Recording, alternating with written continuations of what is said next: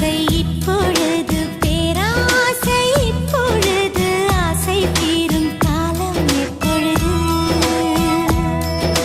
கண்ணால் உன்னால் இப்பொழுது காயங்கள் இப்பொழுது காயம் தீரும் காலம் எப்பொழுது